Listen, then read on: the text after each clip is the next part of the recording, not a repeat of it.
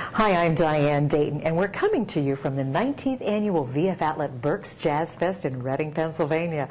Right now, we're connecting with Kenny Blake, saxophonist. Great. Thank you for being with us. Good. It's great to be here. Doing really well. Boy, you had a great time last night playing with Joe McBride. I certainly did, as always. It's a very consistent circumstance with Joe. He's got so much to say, so much facility, so much spirit and heart, that every time it's a great event for me. I'm very fortunate to be involved.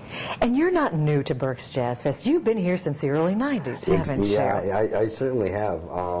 Sometimes it's a little stunning when I think of the growth of this festival and the people that I've had the opportunity to interact with, because of this festival over the years. It's been really an amazing thing. Intrepid people, John Ernesto, who is, I think of, at this point in time, the CEO's personality comes down through everything, and everyone is, just happy to be here and very helpful to all of us performers. Now, you and Joe do performances together quite frequently. You travel with him, too. Did you say you were doing a South Africa trip with him? Yeah, well, actually, I've been in South Africa, Europe, certainly around the United States a number of times with Joe. Okay. And yeah, it's intriguing because we get to perform together, we get to rehearse together, but then there are all the other parts of what that entails, where you really get to be close with someone and understand, what his motives are, who he is, and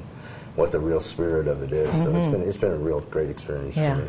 Now you are from Pittsburgh, so you'll be heading back shortly to Pittsburgh. So it's great. It's a great festival here to have so close.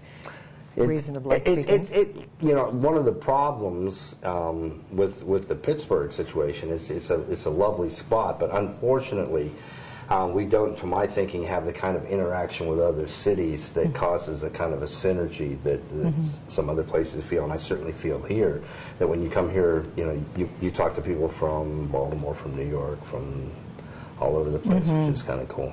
You and I were talking a little bit earlier before we sat down to do this interview. Your excitement about how the industry is changing and the music really got me excited. Let's share with our viewers what you were talking about, because it's a good thing how it's changing, right? Yeah, I would say so. My answer to many questions over the years has been, I'm not exactly sure. I just look at the people that I respect and see what they do.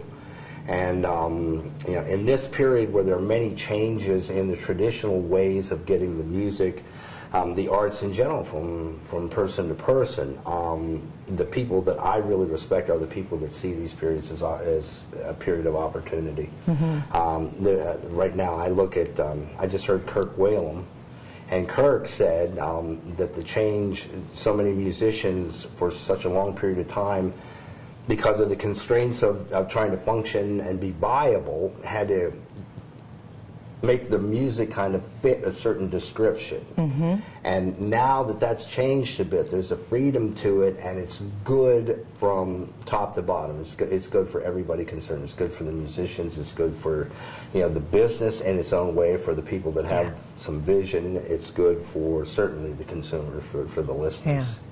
For those of us who don't know, how old were you when you started playing saxophone? How did this start? It's really intriguing. I had great opportunities when I was young. I went to some great schools and was around some really intriguing people. I started in clarinet when I was 10, and then I got a saxophone when I was 12. And when I say the schools that I attended, it was pretty academic circumstance. It wasn't necessarily artistic.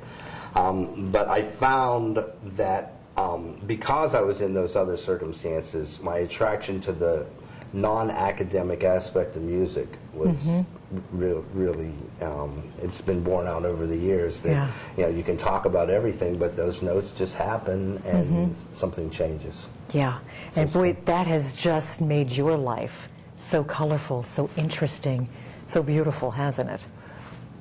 Really, quite honestly, I like to think that everybody, I have not had the opportunity to walk in everyone else's shoes, and I find myself looking at people, and I can almost see them coming. Those people that, regardless of what the apparent circumstances, finds, in just the nature of living, drama. It's cool. What's really important to you, Kenny? If I were to ask you that, and you can take that any way you want. What's really, really important? That's an intriguing question. Yeah. My dad, throughout his life, I remember him saying to me one time, well, we're not going to stop being philosophers now. And when I think of the word philosophy, the way I understand it is the literal translation is love of wisdom. So I think what's really important to me as a person and for the people that I'm involved with is a spirit of the fact that we're all moving, that this is a process, that life is a process, not an event. So you have to eat your vegetables. That's right. You know, and you have to pay attention. Right, and that's you would good. hope that over a period of time you would know more and be able to impart to other people more about you know, the ways that you believe that you should go about living this life. That makes sense. Yeah. You've got 5 CDs, right? And you're working on another CD, right? I am. Tell me about that. Well, the working title is Rated Mature. Oh, okay. Which I guess follows, you know, Okay. from what I just said. I feel I'm enjoying playing more now than I ever have in my life, and I say it to people, it's because of the way that I'm thinking. I'm able to think about the music, and at the same time, as I always say to people, think about my mother, or think about you know, some process of life that's going on. And another thing, you know, as Kurt Whalum just said, as I just try to almost quote him, you know, the changes in this business make it feel like there's more of an opportunity to be personal about it. And so the recording I'm working on now, I think, is a reflection of that. It's less produced, Okay. you know, less bells and whistles, but I hope and I plan on it, and I won't refuse to accept anything less than, you know, some real heart and soul about it. Oh, that sounds great. Now, when you're not playing and you're not recording and working on music ideas, what are you doing? How do you enjoy spending your free time?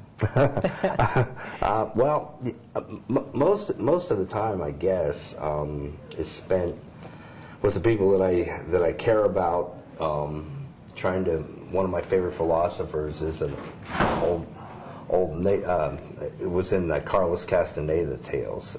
Don Juan was his name. He was supposed to be a Yaqui Indian sorcerer, and he said, "It's my job to try to convince you to take responsibility for being here." And a lot of my time is spent just looking at what that means. You know, like what it means to go about this, and from day to day, from minute to minute.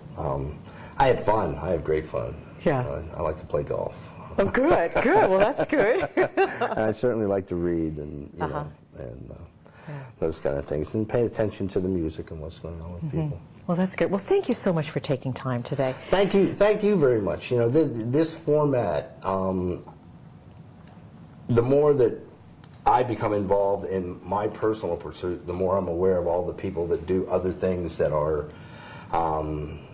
that contribute to this whole process. And thank you very much for having us, and thank you very much for being visionary about how to move from one thing to the next. Well, this is great, and I look forward to catching your act somewhere soon, too, Thank you. and hearing you play in the new CD. Thank you. Yeah. We are coming to you from the 19th annual VF Outlet Berks Jazz Fest in Reading, Pennsylvania.